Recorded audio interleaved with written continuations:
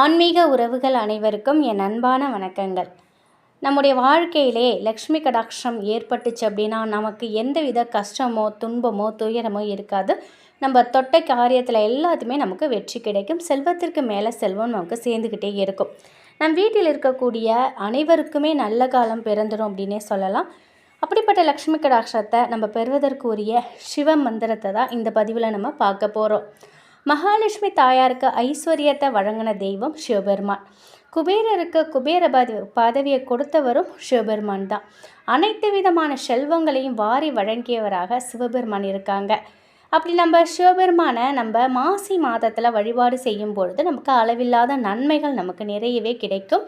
அதுலேயும் இந்த ஒரு மந்திர வழிபாட்டை நம்ம செய்யும் பொழுது அதீத பலன் நமக்கு கிடைக்கும்.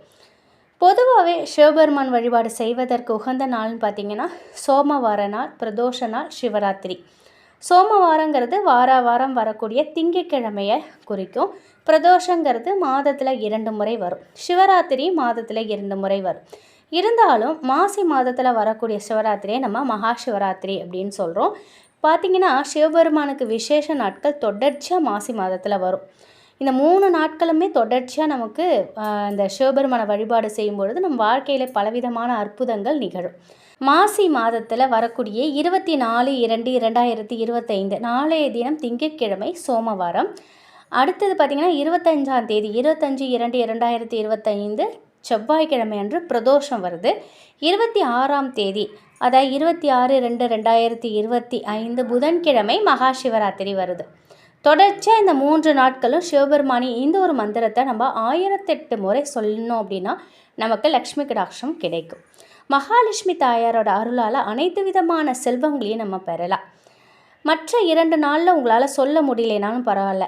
அதாவது திங்கட்கிழமையிலையும் சோமவாரத்துலேயும் பிரதோஷ நாளில் சொல்ல முடியலைனாலும் மகா சிவராத்திரி அன்னைக்கு 1008 முறை சொல்லுங்கள். உங்களால் 1008 முறை சொல்ல முடியாது அப்படின்னு நீங்கள் நினச்சிங்கனாக்கா இரவு 11லேருந்து 12 மணிக்குள்ளே ஒரு 108 முறையாவது நீங்கள் இந்த மந்திரத்தை சொல்லணும். இப்படி சொல்கிறதுனால எம்பெருமானோட பரிபூரண அருள் உங்களுக்கு கிடைக்கும். மகாலட்சுமி தாயாரின் கடைக்கண் பார்வை உங்கள் மீது படும்.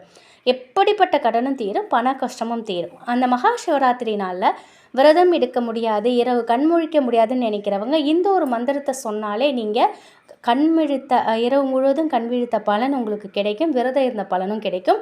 அந்த நேரம் பார்த்திங்கன்னா 11லேருந்து 12, இரவு 11 to 12 இந்த ஒரு மந்திரத்தை நீங்கள் சொல்லுங்கள்.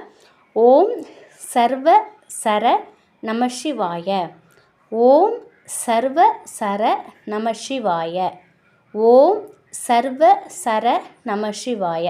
அனைத்து விதமான செல்வங்களையும் பெற்று நம்ம வாழ்க்கையில் வாழணும்னு நினைக்கிறவங்க முழு மனதோட இந்த மந்திரத்தை சிவபெருமானை நினைத்து சொன்னாலே போதும். உங்கள் வாழ்க்கையில் பலவிதமான முன்னேற்றங்கள் ஏற்படும்.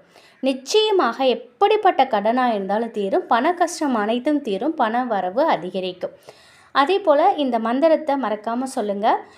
அன்றைய நாளில் மகா சிவராத்திரி நாளில் அல்லது பிரதோஷம் நாள் செவ்வாய்க்கிழமை பிரதோஷ வேலையில் கூட இந்த தீபத்தை நீங்கள் ஏற்றலாம்.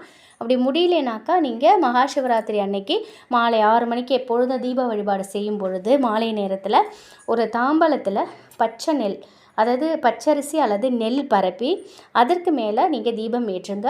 சங்குப்பூவை சிவராத்திரி நாளில் வைப்பது ரொம்ப ரொம்ப விசேஷமானது. நம் வாழ்க்கையில் நம்ம தீபம் ஏற்றி வழிபாடு பண்ணும் பொழுது நம்முடைய பலவிதமான கோரிக்கைகள் நிறைவேறும். தீப வழிபாட்டிற்கு அதீத சக்தி இருக்குதுன்னு சொல்லுவாங்க. இந்த தீப வழிபாட்டை நம்ம சிவராத்திரி அன்னைக்கு நம்ம ஏற்றி வழிபாடு செய்யும் பொழுது சிவபெருமானி முழு அருள் கிடைக்கும். மகா சிவராத்திரி நாளில் இந்த ஒரு தீபம் உங்களால் முடிந்தால் இதையுமே நீங்கள் ஏற்றுவீங்க. இல்லைன்னா இந்த ஒரு மந்திரத்தையாவது இந்த குறிப்பிட்ட நேரம் 11 to 12 சொல்லுங்கள். அனைத்து விதமான பலன்களும் உங்களுக்கு கிடைக்கும். நிச்சயம் இந்த ஒரு தகவல் உங்களுக்கு பயனுள்ளதாக இருக்கும் அப்படின்னு நம்புகிறேன். லக்ஷ்மி கடாட்சம் தரும் அற்புதமான மந்திரம் தவற விடாதீங்க. நன்றி.